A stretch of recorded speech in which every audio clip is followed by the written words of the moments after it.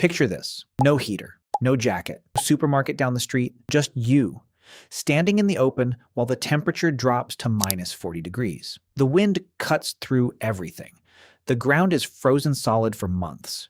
There is no wood in sight, no roof over your head, and the nearest warm place is thousands of miles away. Now imagine living like this every single winter for your entire life. Sounds impossible, right? Sounds like something that should have wiped out the human race in a single season. But here's the strange part. Our ancestors didn't just survive this nightmare. They thrived in it. They raised children in it. They hunted giant animals in it. And somehow, against every possible odds, they passed their genes down to us. So the real question isn't just how did they survive? The real question is, what did they know that we've completely forgotten? Because when you look closely at the science, at the bones, at the ancient caves and frozen bodies scientists have dug up, you start to realize something incredible. Ancient humans weren't lucky. They were smart in ways that still shock modern researchers today. They read the land like a map. They understood their bodies better than most people do now. And they built tools and tricks so clever that some of them are still used by survival experts in the coldest places on Earth.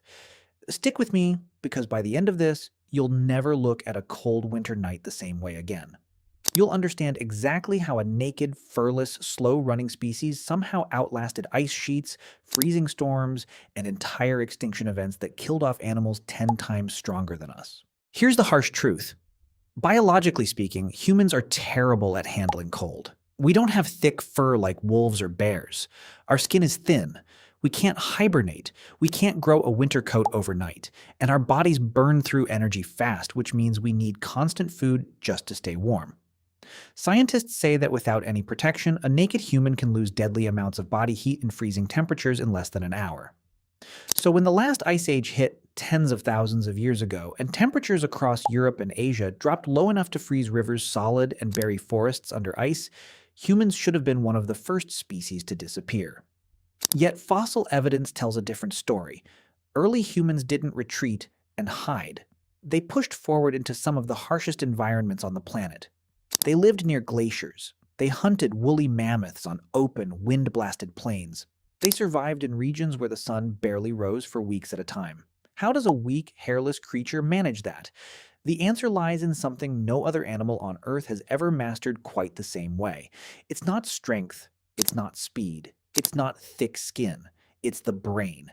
Ancient humans turned their biggest weakness into their biggest weapon by using intelligence to build what nature refused to give them. They didn't wait for evolution to grow them fur over thousands of years. Instead, they invented their own fur, their own shelter, and their own heating system, all without a single machine or piece of modern technology. And it all started with one discovery that changed everything: fire. It sounds simple now, but controlling fire was one of the most powerful survival tools in human history. Once early humans learned not just to use fire, but to carry it, protect it, and start it whenever needed, everything changed. Fire meant warmth on the coldest nights. It meant cooked meat, which gave more energy than raw food ever could. It meant protection from predators who feared the flames. Archaeologists have found ancient hearths, circles of stone with burnt bone and ash inside, hidden deep in caves that go back over 100,000 years. These weren't just campfires. They were survival stations, built with purpose, kept alive for generations. But fire alone wasn't enough. You can't carry a fire with you while hunting on an open, frozen plain. So humans needed something else. They needed to cover their bodies the same way animals do naturally. And this is where things get genuinely impressive. Scientists studying ancient tools discovered tiny bone needles with small, precise holes drilled through them, dating back tens of thousands of years. These weren't decorations. These were sewing tools.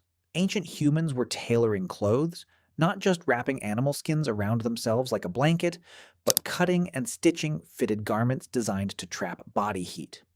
Some researchers believe this single invention, the sewing needle, may be one of the reasons certain human groups survived brutal winters, while others, like some Neanderthal populations, eventually struggled and vanished. Clothing wasn't just fabric, it was the difference between life and death.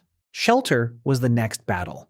And this is where ancient humans got shockingly creative. In places with no trees, no caves, and nothing but open frozen land for miles, what do you build a home out of? The answer sounds almost unbelievable. Bones, giant mammoth bones.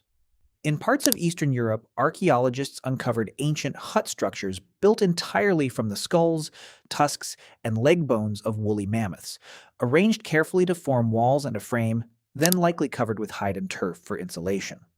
Imagine building your entire house out of the skeleton of an animal you hunted, using its body not just for food, but for the walls that would keep your family alive through the freezing months ahead.